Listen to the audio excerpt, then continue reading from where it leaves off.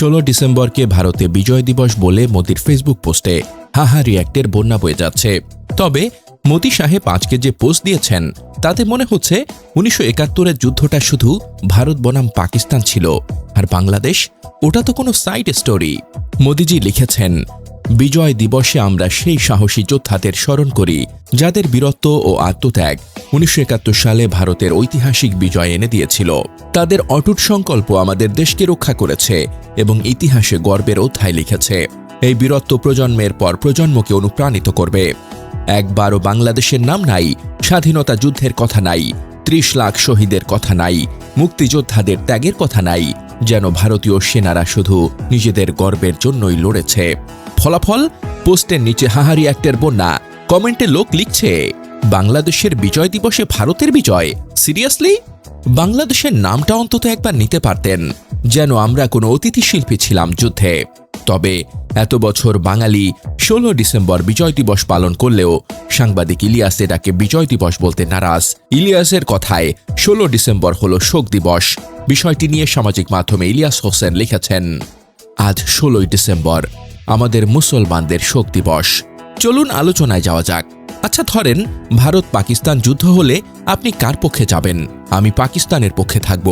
1971 সালে আজকে ভারতের কাছে পাকিস্তান হেরেছিল, তাই আমার কাছে আজকে শোক দিবস। তারপরেও হারুক আর জিতুক, পাকিস্তান জিন্দাবাদ। আমরা 5ই আগস্ট বিজয় পালন করব।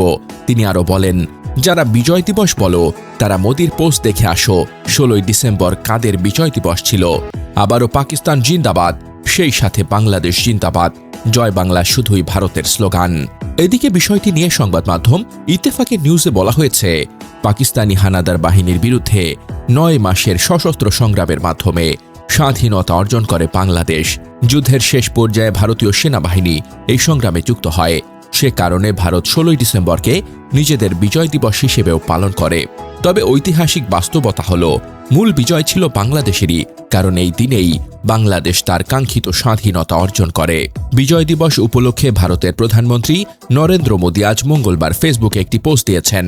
সেখানে তিনি 1971 সালের 16 ডিসেম্বরকে ভারতের বিজয় দিবস হিসেবে উল্লেখ করলেও পোস্টে বাংলাদেশের নাম একবারও উল্লেখ করেননি। এর আগে ভারতের সেনাবাহিনীও বিজয় দিবস উপলক্ষে একটি পোস্ট দেয়। সেখানে তারা মুক্তিযোদ্ধাদের বীরত্বের কথা উল্লেখ করে জানায়, বিজয় দিবস শুধুমাত্র একটি তারিখ নয়, এটি 1971 সালের যুদ্ধে ভারতীয় সশস্ত্র বাহিনীর ঐতিহাসিক ও চূড়ান্ত বিজয়ের প্রতীক। মুক্তিযোদ্ধাদের সঙ্গে ভারতীয় সেনারা কাঁধে কাঁধ মিলিয়ে যুদ্ধ করেছে উল্লেখ করে ভারতীয় সেনাবাহিনী জানায়, এটি ছিল সেই বিজয় যেখানে মুক্তিবাহিনী ও ভারতীয় সশস্ত্র বাহিনী একসঙ্গে লড়াই করেছে। এই যৌথ সংগ্রাম বাংলাদেশের স্বাধীনতার লড়াইকে নিয়ে গেছে চূড়ান্ত স্বাধীনতার দিকে।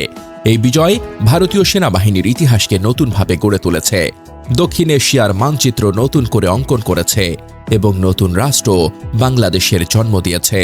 পোস্টে আরও বলা হয়, পাকিস্তানি সেনাবাহিনী পুরো জাতির উপর যে নৃশংসতা, নির্যাতন ও নিষ্ঠুরতা চালিয়েছে, এই যুদ্ধ তার অবসান ঘটিয়েছে।